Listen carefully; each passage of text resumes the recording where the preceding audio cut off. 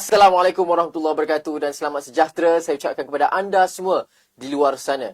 Selamat datang ke BN Comms Official dan juga selamat datang ke slot program kita yang terbaru ya Tok, iaitu Sekarang Ni. Sekarang ni apa? Apa yang kita nak bincangkan? Jadi saya Iman Nur Hizam selaku hos anda pada hari ini bersama-sama dengan tetamu yang hebat, lagi berwibawa. Banyak input yang kita ingin dengarkan dan perbincangan kita pada hari ini iaitu Datuk Lokman Adam yang merupakan pengerusi Persatuan Cyber Malaysia, betul tak? Yeah. Dan juga merupakan orang hebat dalam UMNO. Seperti mana hebatnya baju beliau pada hari ini. Betul tak? Baik Tok, terima kasih kerana sudi hadir pada hari ini dan mungkin nak bertanya kepada Datuk lah sejurus selepas kita bermulanya kamera roll kita. Okay. Nak tanya Datuk tentang sedikit dulu. Apakah sebenarnya bila kita katakan tentang hujung minggu ini yang kita akan hadapi iaitu EGM, Extraordinary General Meeting ataupun Perhimpunan Agung Khas UMNO. Yeah. Apakah sebenarnya intipati yang akan mungkin berlaku pada hujung minggu ini? Assalamualaikum warahmatullahi wabarakatuh dan salam satu Malaysia. Pertama sekali, apa yang bakal berlaku pada tanggal 15 hari bulan Mei ini ialah satu perhimpunan agung khas. Perhimpunan agung khas ini tidak lain tidak bukan ialah kesinambungan kepada keputusan yang telah pun diambil oleh Perhimpunan Agung UMNO 2021, iaitu kita telah membuat satu ketetapan bagi mengelakkan perpecahan di dalam parti sebelum berlakunya pilihan raya, kan? Kita nak mengubah kita punya tarikh pemilihan. Kalau sebelum ini kita lihat tarikh pemilihan kita ialah setiap 3 tahun sekali, kan? Memang saya pun antara yang bersetuju untuk pemilihan diadakan setiap 3 tahun sekali.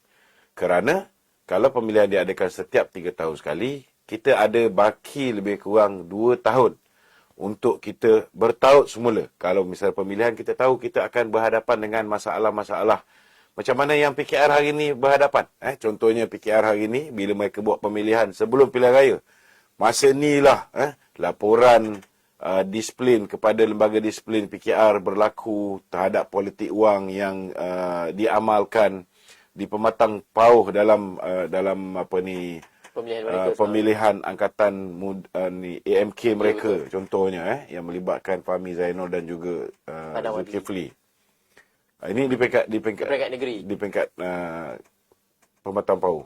Ada konflik di Pandan, PKR Pandan berpecah sampai 5. Ini antara sebab-sebab perkara bila orang hilang keyakinan pada Rafizi dulu. So benda-benda ni keluar sebelum pilihan raya. Dia tak bagus untuk parti. Kalau kita teruskan dengan pemilihan, kita pun tahu dalam keadaan sekarang ni kita punya presiden pun bukan Perdana Menteri. Bukan Perdana Menteri.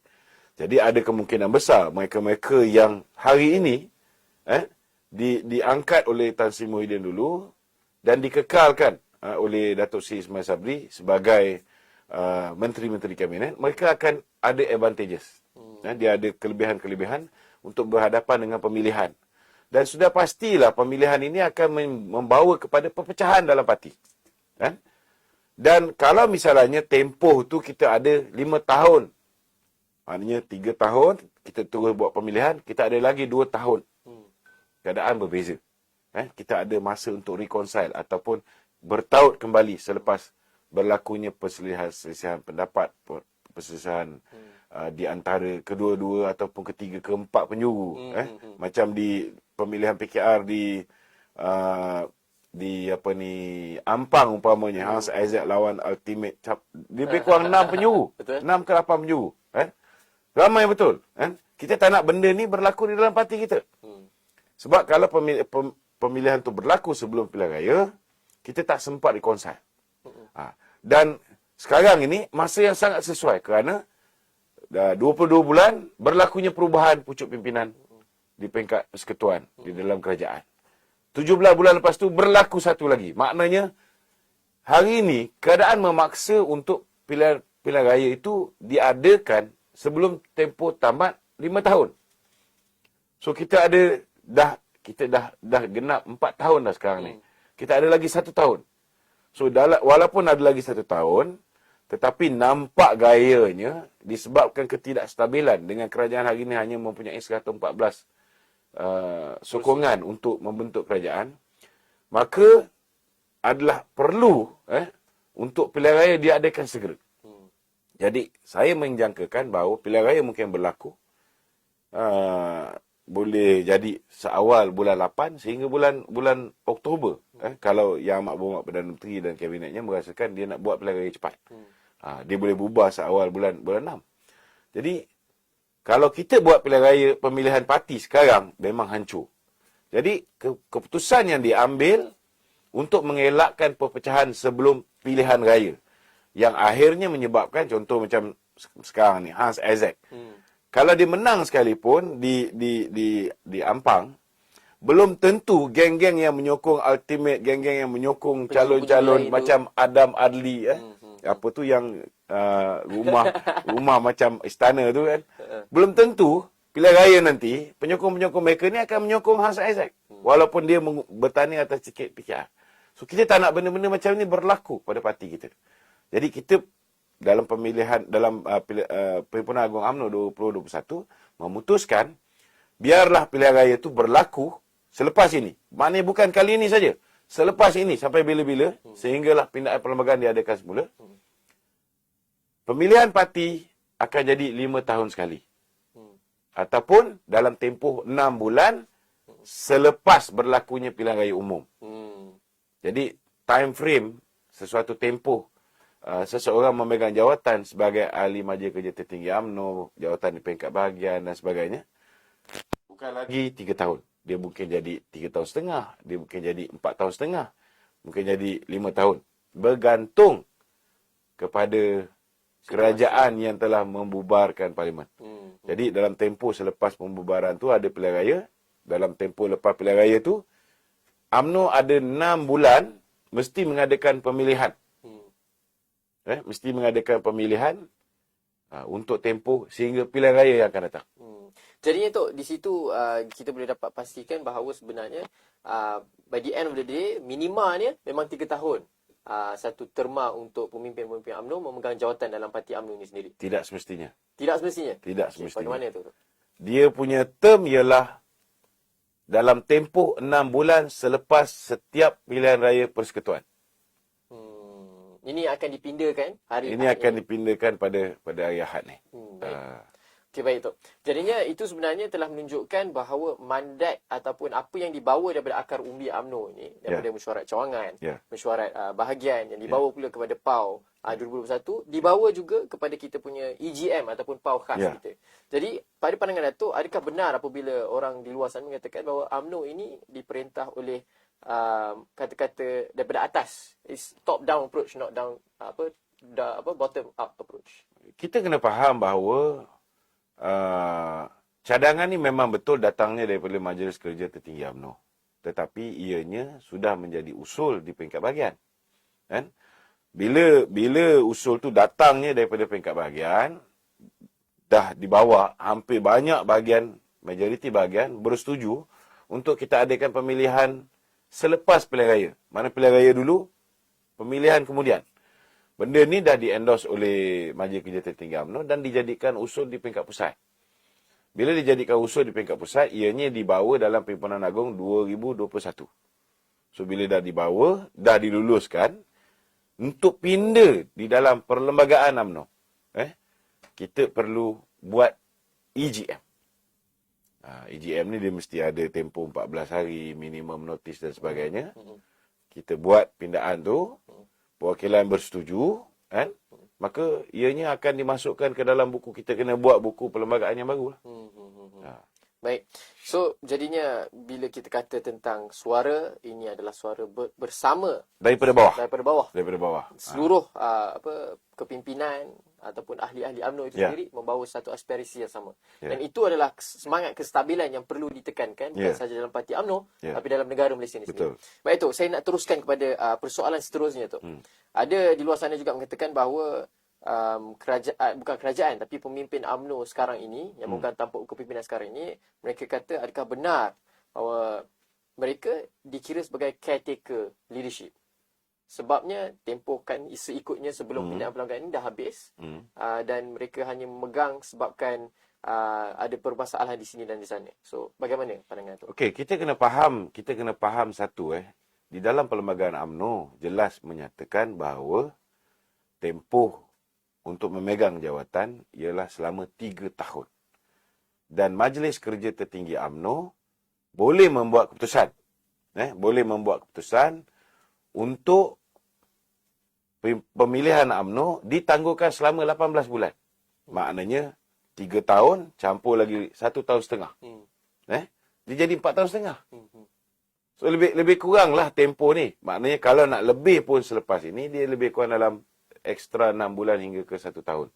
Kalau katalah kita gunakan sepenuhnya 5 tahun, maka dia akan jadi lebih kurang dalam ekstra 6 bulan hingga 5 tahun. Kalau kita gunakan sepenuhnya.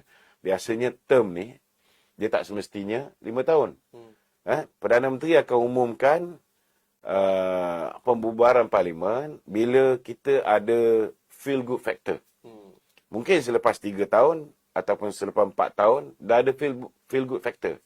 Biasanya satu term pemilihan satu term parlimen tu dia mesti lebih 3 tahun sebab lepas lebih 3 tahun baru ada pencen dan sebagainya. Kan?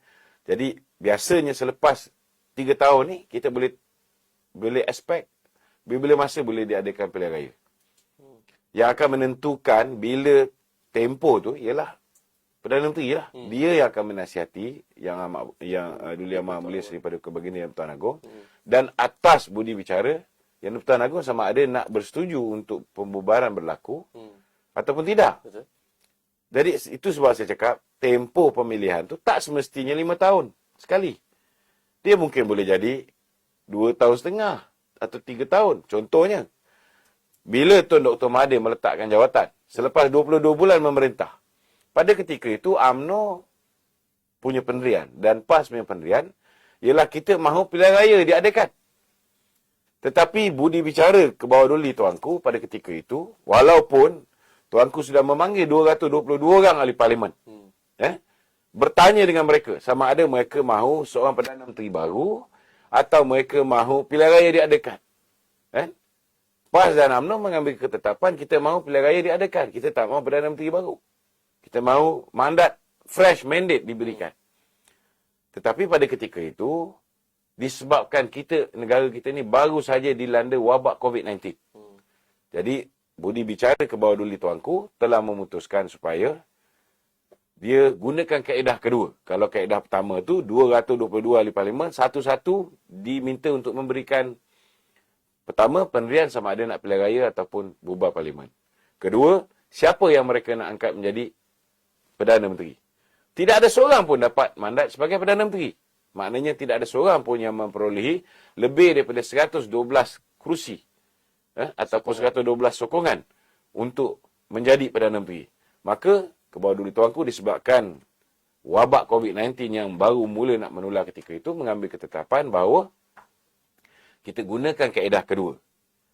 Dia panggil ketua-ketua parti. Ketua-ketua parti ini supaya mereka ini berbincang di kalangan parti-parti lain untuk membentuk kerajaan. Dan bila parti-parti, ketua-ketua parti ini mengambil keputusan, pakatan yang kemudiannya dipanggil sebagai Perikatan Nasional, sebuah pakatan yang bukan official, dia pakatan yang tidak rasmi, yang dinamakan Perikatan Nasional, telah bersetuju, 114 orang telah bersetuju untuk mengangkat Tan Sri Muhyiddin Yassin sebagai Perdana Menteri. Tetapi ini bukan keputusan ahli-ahli parlimen. Kita kena tahu, ianya keputusan ketua-ketua parti. Contohnya Barisan Nasional.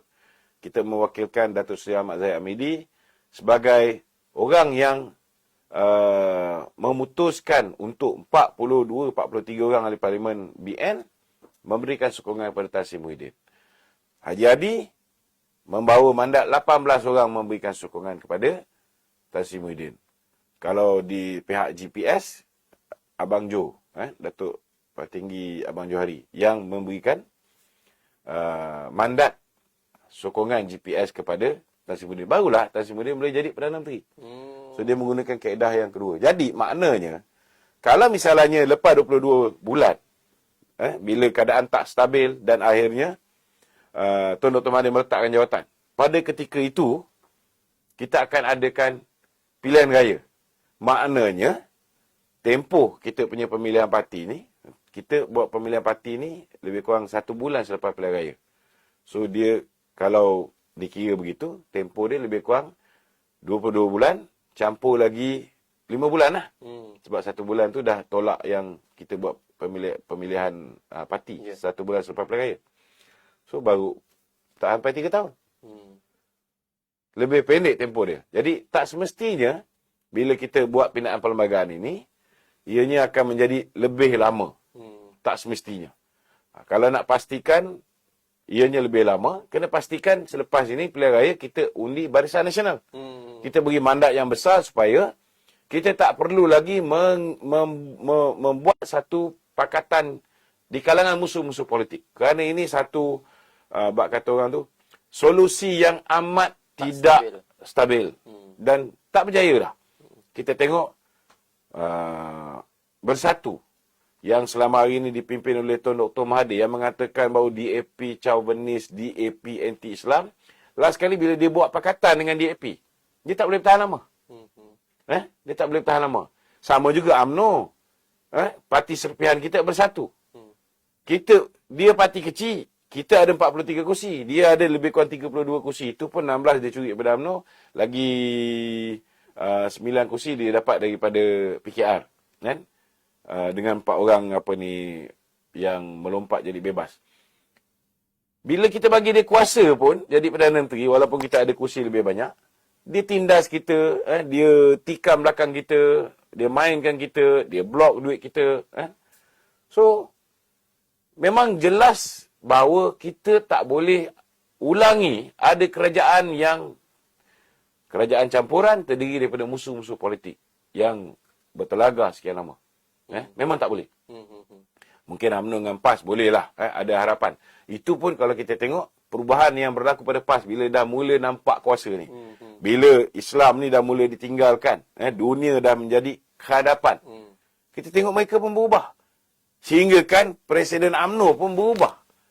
Daripada seorang yang beria-ria mahukan kerjasama dengan PAS, hari ni dia dah tawar hati dah. Dia dah tak percaya dah. Sebab PAS pagi cakap lain, petang cakap lain.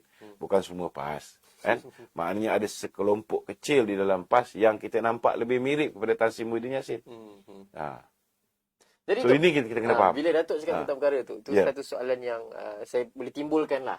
Apabila kita katakan sekarang ni dah kira hujung-hujung. Dah hujung-hujung ke arah kita nak buat pindaan perlembagaan, dah hujung-hujung kira nak setahun je lagi tinggal terma satu kerajaan itu dan mungkin ura-ura pilihan raya adalah pada bulan 8 ini. Jadinya bila kita cakap pasal PAS, dan kita ada baca statement semalam daripada Ketua Penerangan PAS mengatakan bahawa PAS ingin bekerjasama dengan UMNO tetapi hanya kepada mereka yang bukan kluster mahkamah. Jadi apa pandangan Datuk tentang perkara ini? Okey. Dia ayat dia yang sebenarnya ialah dia masih nak bekerjasama dengan UMNO, bekerjasama dengan Bersatu, kan? Dan dia tidak mau bekerjasama dengan orang yang dah dijatuhkan hukuman bersalah oleh Kerajaan Pakatan Harapan Baik, oleh Kerajaan Perikatan Nasional Baik. Kita kena faham satu, pendakwaan ke atas pemimpin-pemimpin UMNO, baik Presiden UMNO Datuk Seri Zahid, mantan Presiden Datuk Seri Najib, Datuk Seri Ahmad Maslan, Tan Sri Syarif Samad, Datuk Aziz Rahim, Bung Mukhtar sebagainya. Ini semua pendakwaan politik, pendakwaan terpilih. Kita tengok banyak pendakwaan ke atas pemimpin UMNO yang ada kes, tapi disebabkan mereka akhirnya menyokong kerjasama dengan Mahathir, baik-baik tak boleh keluar negara, dah boleh keluar negara. Baik-baik kena dakwa, dia tidak didakwa. Ada yang dah didakwa, pendakwaan dia digugurkan. Ada juga. Ada juga. Belum sempat orang yang utama itu didakwa, pendakwaan dah digugurkan. Jadi, dalam erti kata lain, bila Ketua Perangan PAS, kita kena faham, Ketua Perangan PAS ni ialah Ketua Perangan Parti yang membawa mandat, yang membawa suara parti. Bila seorang Ketua Perangan berkata atau mengeluarkan kenyataan, itu adalah kenyataan rasmi PAS. Jadi dalam erti kata lain, kita boleh terjemahkan apa yang Insinyur Khalil yang bermak senator, maklumlah senator pun dilantik oleh Tan Sri Muhyiddin Yassin. Saya nampak kenyataan beliau ni sudah pastilah, walaupun kita nampak ini semua arahan Tan Sri Muhyiddin. Tujuan dia untuk mempengaruhi keputusan 15 hari bulan ni. Sebahagian daripadanya. Keluar.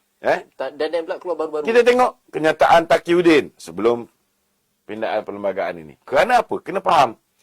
Bila berjaya saja pindaan perlembagaan UMNO ini 15 hari bulan ini, maka musnahlah harapan PAS untuk melihat UMNO bekerjasama dengan Bersatu dan PAS. Musnahlah harapan Bersatu untuk melihat UMNO bekerjasama dengan Bersatu dan PAS. Sebab apa? Sebab pemilihan akan berlaku selepas pilihan raya. Bila pemilihan berlaku selepas pilihan raya, maka mereka tak akan ada peluang untuk meletakkan proksi-proksi mereka bertanding menentang kepimpinan Datuk Seri Zahid dan mengambil alih parti. Harapan Tan Sri Muhyiddin hari ni, strategi dia ialah dia nak ambil alih UMNO ni. Dia tak boleh nak masuk UMNO. Sebab dia dah bersumpah dengan kalimah wallahi wa billahi wa tallahi, dia tak akan masuk balik UMNO. Orang lain macam Datuk Seri Hamzah ke, orang lain ni semua mungkin boleh masuk UMNO. Kan? Pak Wan ke, yang hari ni dia pun dah disisihkan disebabkan teguran-teguran dia kepada Tan Sri Muhyiddin, dia pun tengok macam dah disisihkan. Orang macam ni memang nak masuk UMNO. Tapi Muhyiddin tak akan masuk UMNO. Sebab dia dah bersumpah. Dia tahu, dia anak ulama, takkan dia tak tahu. Dia tak boleh main dengan sumpah dengan 3 kalimah ni. Wallahi wa billahi wa tallahi. Jadi, cara dia ialah dia letak proksi dia. Orang yang boleh terima dia. Orang yang boleh bekerjasama dengan dia. Friendly dengan dia lah. Yang friendly dengan dia untuk mengambil alih kepimpinan parti. So, kalau misalnya perwakilan UMNO kali ini tidak berjaya dibeli. Kena faham juga. Perhimpunan Agung UMNO 2021, perwakilan yang sama telah membuat keputusan meluluskan ketetapan bahawa pemilihan berlaku selepas pilihan raya. Tapi disebabkan mungkin akan ada envelope yang turun dan sebagainya, kan? Keputusan ini boleh berubah. Tetapi kalau keputusan ini berubah, ketetapan oleh orang yang sama, perwakilan yang sama, ketika Perhimpunan Agung UMNO 2021 meluluskan untuk pemilihan selepas pilihan raya, tiba-tiba buat pemilihan agung khas, pemilihan tu, pindaan tu gagal. Dalam erti kata lain, mesej yang kita akan hantar kepada rakyat di luar sana, UMNO punya perangai tak berubah, boleh dibeli, boleh bertukar fikiran dengan wang ringgit. Ini bahaya ni. Jadi perwakilan-perwakilan UMNO, saya bagi amaran, jangan beri isyarat yang salah kepada rakyat. Nampak sangat buruk perangai kita. Tapi saya yakin, saya nampak geng-geng yang berusaha ke arah nak menggagalkan pindaan perlembagaan 15 bulan ni pun dah surrender lah. Alhamdulillah lah, maklumat yang pagi tadi saya dapat dah surrender. Mereka tahu mereka tak boleh mengubah. Mungkin mereka boleh bayar untuk tepuk tangan dan sebagainya, tetapi tak boleh mengubah keputusan. Mereka dah surrender. Jadi saya yakin 15 hari bulan ini pindaan perlembagaan kita akan berjalan dengan lancar. InsyaAllah. Tapi kena ingat, bila dah berjalan dengan lancar, benda ni diluluskan di peringkat parti. Kemudian akan dibawa pula pergi ke peringkat ROS. Menerima ataupun tidak. Untuk menerima ataupun tidak pindaan perlembagaan kita. Masalah dia. Masalah dia, ROS ini hari ini di bawah seorang menteri yang datangnya daripada Bersatu. Maknanya bukan menteri daripada UMNO. Itu sebab saya beritahu dengan kawan-kawan, apa yang takut sangat bila Datuk Seri Zahid berjumpa dengan Hamzah di majlis rumah terbuka Perdana Menteri dan Menteri-Menteri Kabinet. Bukan Perdana Menteri punya rumah terbuka. Rumah terbuka Perdana Menteri dan Menteri-Menteri Kabinet. Hamzah adalah menteri. Kan? Kalau Datuk Seri Zahid berpeluk dengan Hamzah, manalah tahu dia punya peluk kemesraan, keikhlasan tu akhirnya menyebabkan Hamzah tak ganggu kita punya pindaan perlembagaan ni. Dan RS pun luluskan. Bukankah bagus? Jadi kita letakkan kepercayaan kepada Presiden kita. Mestilah dia ada kira-kira dia. Kan? Kalau dia berpeluk dengan Azmin Ali, kita patut risau. Dia berpeluk dengan Hamzah, anak jantan sejati. Kalau dia berpeluk dengan Azmin Ali, saya pun khawatir. Itu satu persoalan yang apa orang kata tidak boleh disangkal lagi. Ya, betul. Baik. Terima kasih Tok bercerita tentang perkara tersebut di mana rangkaian ceritanya tidak berakhir pada pindaan pelbagai 15 Mei ni. Ya. Tapi ia berterusan. Ya, berterusan. Sehinggalah ke ROS dan juga sehinggalah ke PRU kelak nanti insya-Allah. Saya rasa selepas PRU 2018, UMNO lebih matang. Kerana kita melalui susu galuh, kita melalui liku-liku kehidupan dengan macam-macam penuh pancaroba. Sebelum ni, apa saja yang kita putuskan, tak ada masalah. ROS okey saja. Kan? Sebab dulu kita memerintah. Sekarang ni, walaupun Perdana Menteri dah datang daripada UMNO, tetapi kita tidak menguasai sepenuhnya di kerajaan campuran. Betul. Saya sangat setuju bila cakap tentang pindaan pelbagai ini pun kita tidak ada mengatakan bahawa confirm lulus ataupun itu UMNO punya kuasa, tidak. Dan juga satu perkara bila mana kita buat comparison, macam Datuk ada sebutkan sebentar tadi, apabila PH memerintah negara, kes Lim Guan Eng di mahkamah tentang rasuah terowong dan sebagai projeknya, rasuah banglo dia. Terus lenyap. Digugurkan. PH naik terus digugurkan. Tapi apabila kerajaan campuran, walaupun sekarang ini Perdana Menteri Malaysia adalah daripada UMNO, naik Presiden UMNO Malaysia itu sendiri, namun tetap berjalan kes di mahkamah. Itu saya rasa satu perkara yang sangat jelas untuk kita lihat.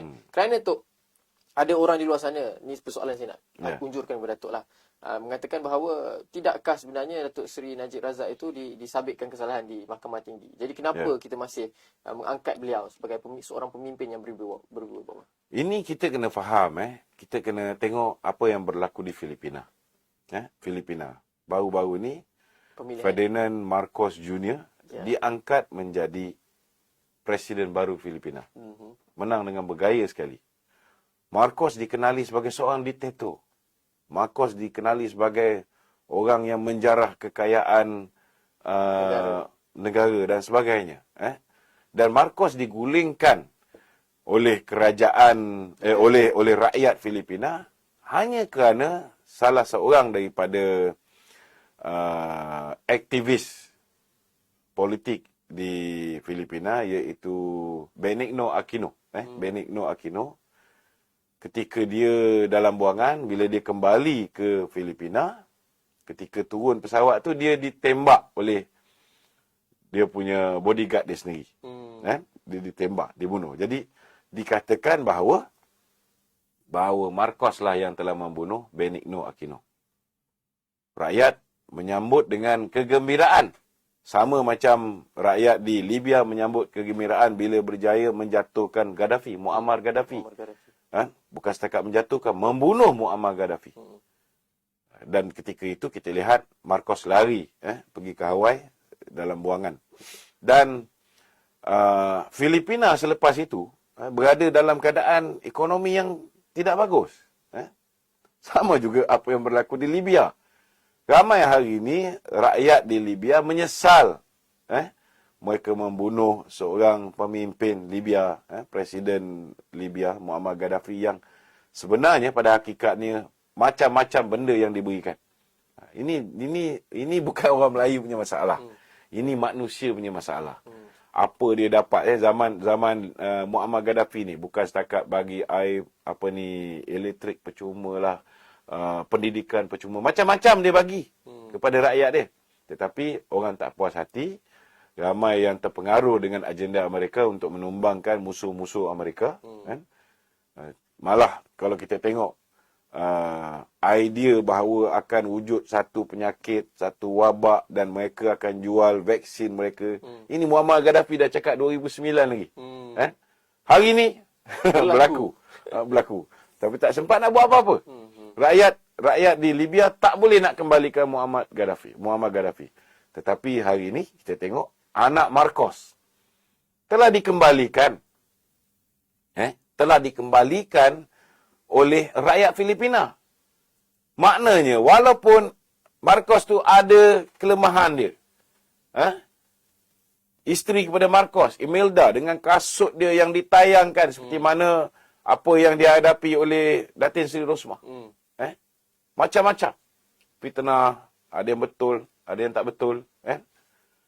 Memang betul lah, memang Datin Seri Rosmah ada beg tangan tu. Tapi kena ramai yang tak tahu. Beg tangan tu, setiap kali dia birthday, orang tahu itu yang dia suka. Orang bagilah yang tu. Betul. Kita pun dapat juga birthday present. Tapi mungkin standard kita dapat minyak wangi. Kan? You punya standard mungkin dapat jam tangan paling istimewa. Saya pernah orang bagi kereta masa ni. Masa kereta saya masuk banjir. Kan? Kereta saya banjir, birthday orang bagi kereta. Kan? So kalau saya pun boleh dapat kereta sebagai hadiah birthday. Datin Seri Rosmah, orang tahu dia suka beg Birkin. Jadi yang tu memang betul, memang milik Datin Seri Rosmah. Tapi orang hadiah. Sumbernya tu. Orang hadiah. Itu sebab sekarang ni harta-harta tersebut, jam tangan, duit, beg tangan, dipulangkan balik. Walaupun beg tangan pun banyak dah hancur kan, tak dijaga kan, tak dia orang tak buat kerja. Maintenance yang betul lah, jaga. Kerja untuk melindungi ni bahasa Melayu saya tak faham. Memelihara. Memelihara. Memelihara. Dia tak boleh memelihara barang-barang tu dengan baik, maka barang tu banyak yang rosak. Tu boleh saman kerajaan tu. Kerajaan tu dah tukar kerajaan, dah jadi kerajaan yang sebahagiannya kita. Susah juga kan. Jadi, kalaulah orang yang dipanggil diktator, kan? Macam Ferdinand Marcos, boleh hari ni orang terima anak dia, boleh menang besar. Kan? Takkanlah orang yang tak pernah dipanggil diktator. Datuk Seri Najib, dia dijadi Perdana Menteri, perkara pertama yang dia buat, dia pastikan dia tidak akan jadi diktator. Kita tengok apa yang kerajaan Kuku Besi Mahathir buat. Dia kekalkan kerajaan dia dengan menggunakan Akta Keselamatan Dalam Negeri. Tetapi Datuk Seri Najib, kan, perkara pertama yang dia buat, dia bebaskan semua tahanan ISA dan dia hapuskan, bukan setakat ISA, dia hapuskan ordinan darurat. Tu ada implikasi negatif juga. Kan? Bila hapuskan ordinan darurat, orang yang sebelum ni kita boleh tangkap menggunakan ordinan darurat, contohnya pengedar dadah yang setiap kali kita tangkap, tak ada dadah kat badan dia. Contohnya pengedar senjata, setiap kali kita tangkap, tak ada senjata kat badan dia. Tak pada dia. So, susah. Biasa orang-orang ni kita boleh tangkap tanpa bicara menggunakan akta tersebut. Ordinan darurat, emergency ordinance. Sekarang tak boleh. Tapi lepas tu kita buat SOSMA. SOSMA pun masalah juga. Nak kena bawa pergi hakim dan sebagainya. Susah. Itu yang antara sebab kali pertamanya, apa yang dibawa oleh kerajaan tak diluluskan baru-baru ni. Itu pun sebenarnya telah membatalkan CSA.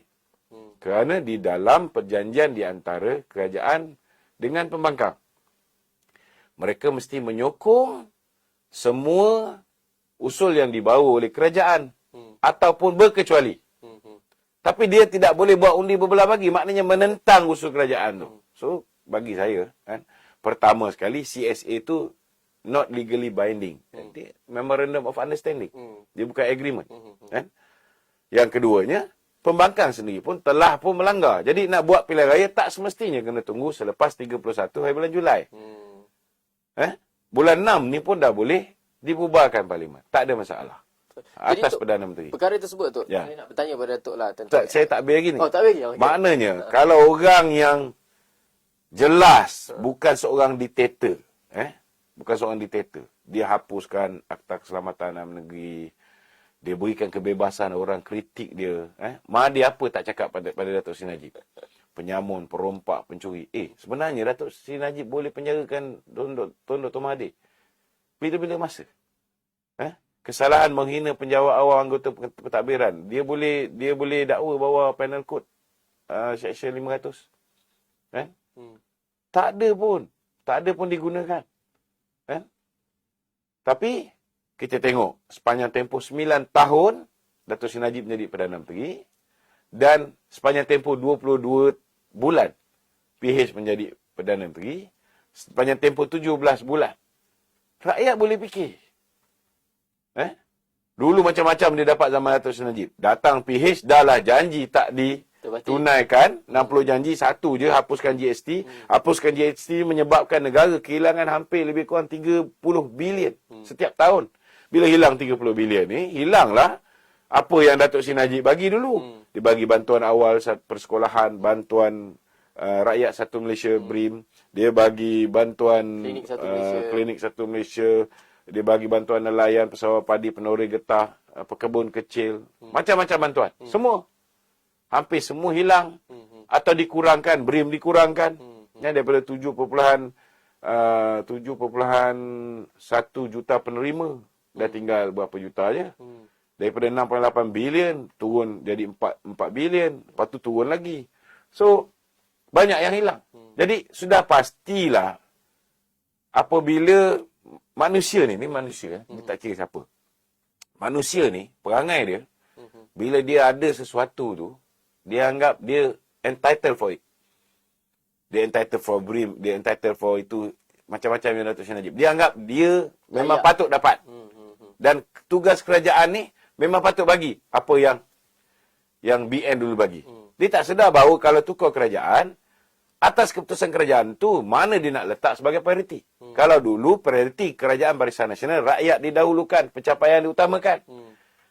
Bila tukar kerajaan di bawah pemerintahan Tun Dr. Mahathir Pakatan Harapan, kita lihat rakyat bukan lagi didahulukan. Pinjaman didahulukan. Bila dapat settlement daripada Goldman Sachs, settlement daripada M-Bank dan sebagainya, duit tu tak digunakan untuk bayar hutang MDB pun. Duit tu masuk kantung. Datang Tan Sri Muhyiddin, zaman kegelapan kita. Tak pernah berlaku Malaysia ni, semua orang kena duduk kat rumah. Kecuali mereka yang di dalam essential services. Sektor awam duduk rumah okey lagi. Sektor swasta pun tak boleh cari meniaga. Nak letak nasi lauk ke atas bawah tudung saji macam mana? Tak pernah berlaku. Tapi itu berlaku. So benda-benda ni menyebabkan orang rindu zaman BN. Orang rindu zaman Datuk Seri Najib terutamanya. Jadi kalau ada orang yang kembali merindungi zaman Datuk Seri Najib, itu hak mereka. Tetapi last sekali, pertama sekali, Datuk Seri Najib mestilah diterima oleh parti. Kan? Dan dalam tempoh keadaan sekarang ini, kita akan ada pemilihan selepas pilihan raya. So, nampak gayanya, kita kena terima hakikat bahawa yang akan lead kerajaan kita, akan lead Barisan Nasional, ialah Datuk Seri Zahid. Kita tak perlu bimbang kerana antara kecemerlangan sepanjang tempoh pemerintahan Datuk Seri Najib, sebahagian besarnya disumbangkan juga dengan gandingan beliau, iaitu Datuk Seri Zahid. So, kalau Datuk Seri Ismail Sabri hari ini menjadi Perdana Menteri pun, macam-macam dia boleh bagi pada rakyat. Rakyat pun gembira dengan apa yang Datuk Seri Ismail Sabri berikan. Itu baru naik Presiden UMNO. Sebab kebetulan Presiden UMNO dianyai oleh Pakatan Harapan, dianyai oleh Perikatan Nasional. Kan? Nak letak timbalan bukan ahli parlimen. Baru kita letak naik Presiden pun, orang dah rasa gembira dah. Kita tengok bila rumah PM buat open house, orang pun kata, oh, ini kali UMNO confirm menang. Kan? Oh, yang nyonya-nyonya, apik-apik semua sekali. Semua gembira. Betul. So, dia orang pun nampak orang dah mula, ekonomi dah mula bagus. Kan? Itu sebab perlu kita buat pilihan raya cepat. Kan? Kena faham, salah satu sebab kenapa hari ini orang nampak ada perubahan, ialah kerana keputusan untuk menerima cadangan Datuk Seri Najib supaya diberikan air citra. 40 bilion tau. Dulu, bila saya pergi ceramah satu Malaysia, ketika saya pengarah komunikasi Kementerian Kewangan, saya tanya, siapa yang dapat BRIM? Kalau kita pergi kampung-kampung, memang banyak dapat BRIM. Saya tanya, siapa simpan BRIM? Tahun lepas punya, yang masih simpan duit. Saya jumpa 300 lebih ceramah ketika saya berada di Kementerian Kewangan tu. Saya jumpa hanya 4 orang. 2 orang tak silap saya student. Dia dapat BRIM untuk mahasiswa. Betul. Kan? Yang 2 lagi tu, mungkin anak dia ada bagi duit. That's why dia boleh simpan duit. Tetapi rata-rata penerima BRIM, dia spend dia money. Duit yang dia dapat tu tak cukup untuk melengkapkan kehidupan dia. Sentiasa tak cukup. Kalau dia beli ayam, dia memakai industri penternakan ayam, kambing, lembu. Dia beli sayur, memakai industri pertanian. Dia bayar duit sewa bank, kereta ke rumah ke, memakai industri pembankan, pemotoran, perumahan. So, dia macam stimulus package. 6.8 bilion 2017-2018. yang diperuntukkan oleh Kerajaan Barisan Nasional. Kali ini, Datuk Seri Ismail Sabri luluskan KWSP ni. Kerajaan tak payah keluar duit tau. Kita benarkan rakyat gunakan duit dia sendiri. Kan? Ianya menyebabkan ada suntikan modal 40 bilion. Besar kesannya. 40 bilion tu direct kepada rakyat. Saya tak fikir orang yang dapat duit ni dia akan simpan. Lebih baik dia simpan kat dalam KWSP tu. Kan? Tetapi, kalau ada pun mungkin mereka melabur. Kalau dia ambil daripada duit KWSP, dia melabur pergi buat forex ke, dia buat beli cryptocurrency ke dan sebagainya. Tu cara mereka nak tambah kewangan mereka. Tetapi rata-rata spend. Bila dia spend, kita tengok hari raya orang boleh balik kampung sampai jalan jam. Jadi jangan marah sangat jalan jam ni. Jangan ada setengah-setengah orang yang kadang-kadang saya tengok dia ni tak berakal ke apa. Kan? Dia bila jalan lengang ketika saya ingat lagi lah zaman kegelapan dulu, kan? Zaman kegelapan kita ni, the dark ages of Muhyiddin Yassin, of Muhyiddin Yassin punya tenureship as Prime Minister. Kita balik daripada menghantar bantuan kepada orang yang terkesan akibat daripada COVID dan juga lockdown ni. Jalan raya tu macam lebuh raya berhantu. Kan? Sekarang ni kita kena berhadapan dengan jam. Memang betul jam tu teruk. Kan? Tapi janganlah terus letakkan kesalahan tu kepada lembaga lebuh raya, kita bayar tol patut jalan tak jam. Dah kalau semua orang hari ni ada kemampuan nak spend. Walaupun mungkin benda ni boleh bertahan 10,000 ni mungkin boleh tahan katalah 3-4 bulan lah. Dia akan membantu membangkit kita punya ekonomi. Tetapi dia macam dia spark kita punya pertumbuhan tu balik. Betul. Dia spark kita punya pertumbuhan tu balik. Tapi bukan dalam tempoh yang lama. That's why kena buat pilihan raya cepat. Bila kita buat pilihan raya cepat, akhirnya manfaat tu pada rakyat. Kerana bila sebuah kerajaan macam hari ni, kita tahu kerajaan hari ni, bila masa je, ada orang nak tekan button. Pelabur mana nak masuk melabur dalam negara kita? Dengan ugutan demi ugutan, dengan pembangkang kata, kalau tak luluskan daftar lompat parti, kita akan tarik diri daripada menyokong kerajaan dan sebagainya. So, tak boleh. Kerajaan tak boleh diperintah dengan ketidakstabilan. We need a fresh mandate. Kita perlu mandat baru. Kita kena buat pilihan raya segera supaya BN boleh dapat mandat menjadi dominan balik. Bila kita dominan balik, kita memerintah mengikut acuan kita sendiri. Datuk Seri Ismail Sabri berjuang nak bagi luluskan KWSP. Bukan senang. Sebelum tu kita tengok Tengku Zafrul dah mengatakan, lantikan Muhyiddin ini dah mengatakan bahawa kalau saya luluskan, saya letak jawatan. Last kali tak letak pun. Lulus juga. Lulus juga. Sebab kita ada Perdana Menteri yang berani cakap. Ni kita kena beri tabir hormat pada Perdana Menteri lah. Dan alhamdulillah sekarang ni, Perdana Menteri baik, Presiden, Timbalan dan semua naik Presiden, mereka akan solid memutuskan bila tarikh kita nak buat pilihan raya. Dan tiada apa pergolakan di antara mereka. Alhamdulillah. Dan mandat tu telah diberikan oleh perwakilan untuk top 5 ni membuat keputusan. Kita minta buat segera. Kerana apa yang Datuk Seri Ismail Sabri buat ni bagus. Kita dah ada feel good factor dah. Menang di Melaka, menang di Johor. Jangan bagi feel good factor ni hilang. Lepas tu Datuk Seri Ismail Sabri bagi tol percuma lagi. Orang yang dah 2 tahun tak boleh balik raya dapat jumpa mak bapak dia, gembira dapat sambut. Kalau dulu kita ni ditutup sentiasa pakai mask dan sebagainya, sekarang dah boleh buka mask, dah rasa kehidupan normal. Kan? This is the right time. Kena cepat kita bubarkan parlimen. Baik, faham. Terima kasih banyak, Tok. Jadi memandangkan masa pun sangat mencemburui kita, Tok. Kalau boleh nak teruskan selama 3 jam pun saya nak, tapi sebabkan masa sangat mencemburui dalam slot sekarang ni. Sekarang ni, Tok, saya nak Datuk mungkin berikan rangkuman serba sedikit dalam masa seminit dan juga jawab tentang persoalan bahawa PRU disegerakan ini adakah untuk kepentingan parti saja ataupun sebenarnya untuk rakyat. Okey. Bila kita berjaya buat pemilihan itu selepas pilihan raya, pertama, kita boleh pastikan bahawa untuk berhadapan dengan pilihan raya, UMNO berada dalam keadaan united, bersatu. Tidak ada perpecahan. Jadi, sabotaj parti, sabotaj kepada calon yang tak difavor ataupun datang daripada kumpulan-kumpulan lain yang bertanding dalam pemilihan parti takkan Berlaku. mungkin elak kita dapat elakkan apa yang berlaku. Kedua, bila kita buat pilihan raya awal ni, maka rakyat yang akhirnya akan dapat manfaat. Bila sebuah kerajaan yang stabil dapat kita bentuk, maka foreign direct investment akan masuk balik. Kita kena ingat 40 bilion memang baguslah apa yang dibuat oleh kerajaan di bawah pimpinan Datuk Seri Ismail Sabri, dan dia memberikan kesan, dia memberikan macam seolah suntikan stimulus package yang cukup besar yang boleh merangsang ekonomi kita. Dah cantik dah, tetapi mungkin tak boleh bertahan lama. Dia bagus untuk start pertumbuhan ni. Jadi kita kena dapatkan bantuan daripada luar juga. Dan bantuan daripada luar ni akan datang melalui foreign direct investment. Bila foreign direct investment ni masuk, pelabur-pelabur yakin kita ada kepimpinan Barisan Nasional yang memerintah mengikut acuan dia sendiri. Jadi takkan berlaku lagi macam zaman PH, semua sekali perjanjian-perjanjian lama tak dihormati oleh kerajaan baru.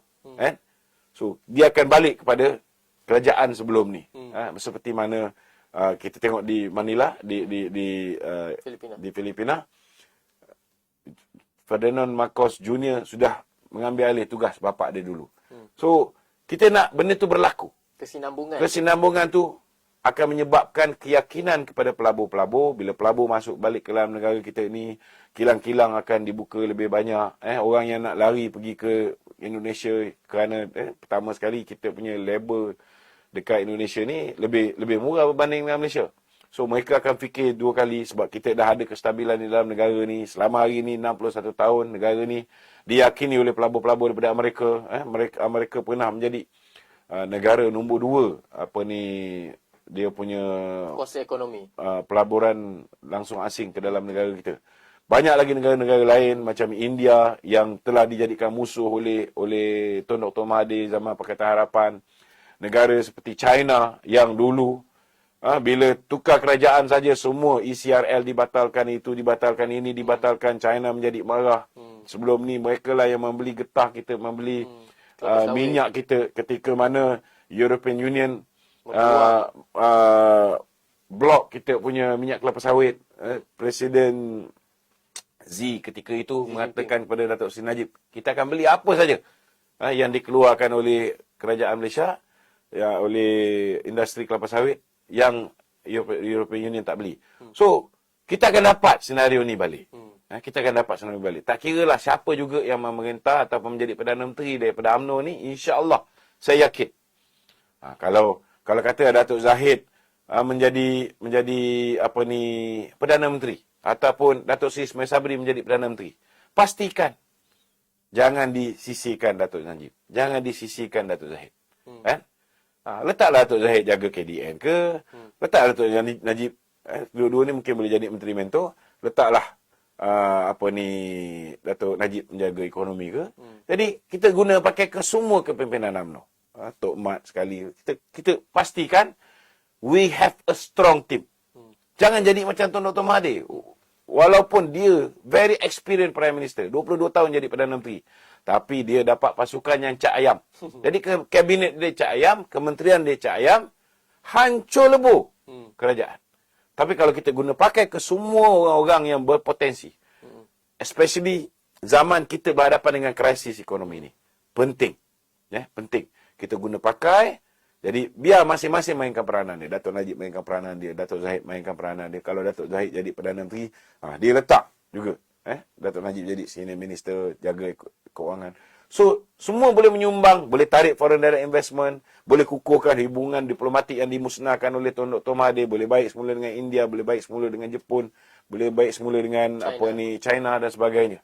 Dengan European Union pun silap kita boleh baik. Benda ni penting untuk masa depan negara.